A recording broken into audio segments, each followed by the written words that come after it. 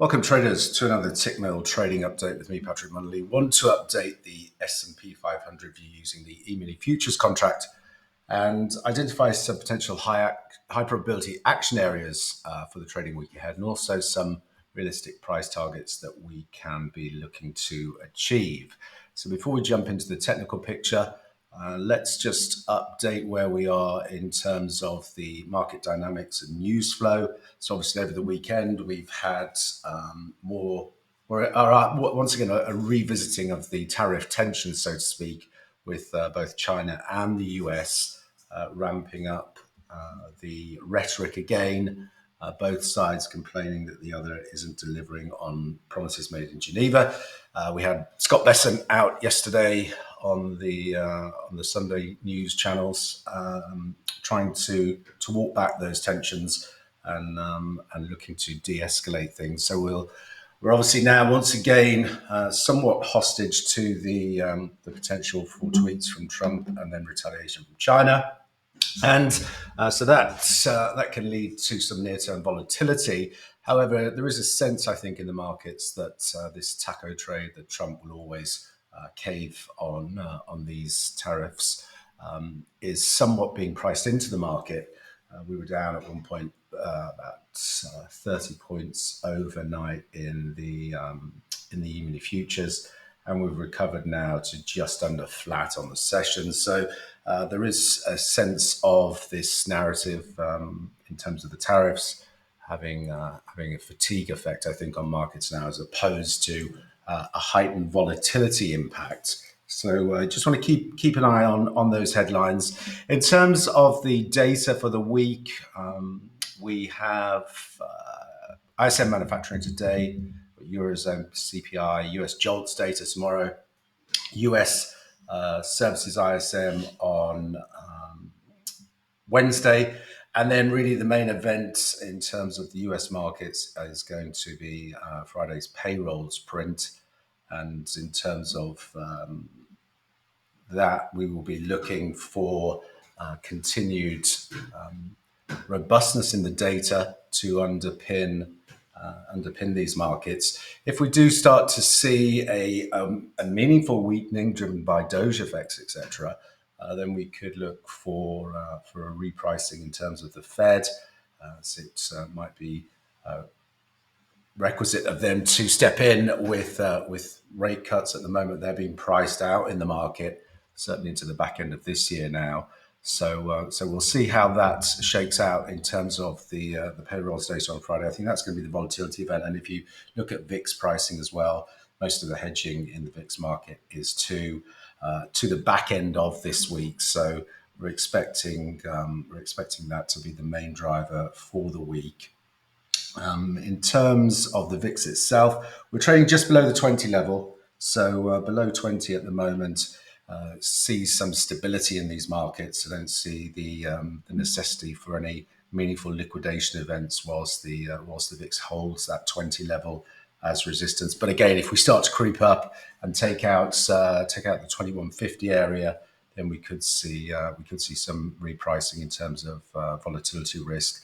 In terms of the market breadth, continues to be robust at the moment. There's in terms of short term, the 20-day, there's about 50% finishing, 57% up from 49% the previous week in terms of stocks trading above that 20-day. The 50-day average has also increased up to 70.43% from the 59.32%. And the long-term averages as well also increased 48.8% up from the 43.83%, but still under 50% there. We'd have to look back to early March for the stocks over the 200-day moving average to be above that 50% mark. So short and intermediate term breadth is bullish, and not overbought long-term breadth still has some work to do. In terms of the market structure at the moment, the balance period that we are in on the daily time frame, 59, 56 being the upper end of that, 58, 53 to the downside. The weekly 2-week balance, 59.87, 57.80, and the monthly balance, looking on a 3-month basis, 59.97, 48.76. So when we're in this balanced periods, it's a market condition where prices tend to move within ranges and reflecting uncertainty as participants await further information, and the approach really to balance conditions favors fading range extremes, highs and lows, while preparing obviously for breakout scenarios if markets start to accept above the given range levels. In terms of the weekly bull bear zone I'm using this week, it's 57.95, 58.05. Weekly projected implied volatility range resistance comes in at 60.20 and support back down into that 58.05. The daily volume weighted average price is bullish at 58.97. We're trading just below there at the moment, so getting a bearish read on that at the moment. In terms of the weekly VWAP, that's back down at that 58.16. So you'll see that that's suggesting that in terms of thinking about the balance conditions and trading strategies, that's why I'm using this lower end of that range as my bull bear zone, because I think if we do pull back into that area, we should potentially see buyers step into the market. And certainly what I'm looking for this week is mean reverting strategies as my preferred trading approach. You can see my positions here and stops, etc. And so let's move into the charts and see where we are up to. So on the weekly, we got a close through the 78.6% retracement of our decline. So technically, the upside objective is in now at the 127 extension, 65.29. We have the yearly R1, 64.90. So those are going to be the primary upside targets. In terms of the daily volume weighted average price, like I say, 58.97 is key. We're trading just below there at the moment, so would flip things bearish if we close there. But for now, like I say, whilst we're holding the bull bear zone, any pullbacks into that area, we're going to look for dips to buy.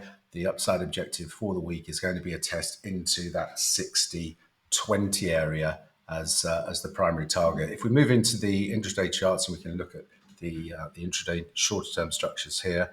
So for today, like I say, we want to see if we get any pullbacks here. So we've got this trend channel support. We came close to testing it this morning at the 58.60s. That's where I initiated longs. If we can break out of this internal trend channel resistance now, then what we are going to be looking for is a move today to get us to test up into this swing point, 59.31, because this swing point here, if we don't start to trade above that 59.30 area, then there is the chance that we trade down much deeper to test the equality objective, which sits now at the 57.70s versus that 59.32.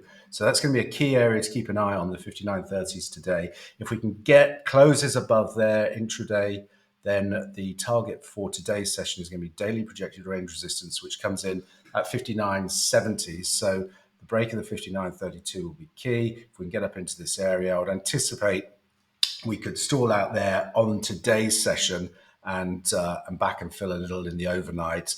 But then like I say, what we'll be looking for is a move up then to challenge this 6,000.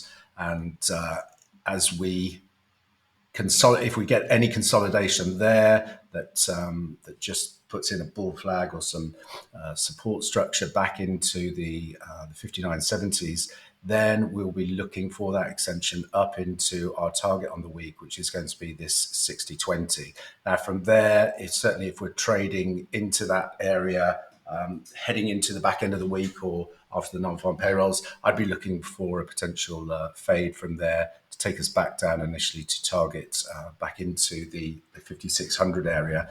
But if we don't find resistance at the 60.20 area, then our next upside objective is going to be the top side of this channel, which would actually see us trading up into 60.80 as the target on the upside.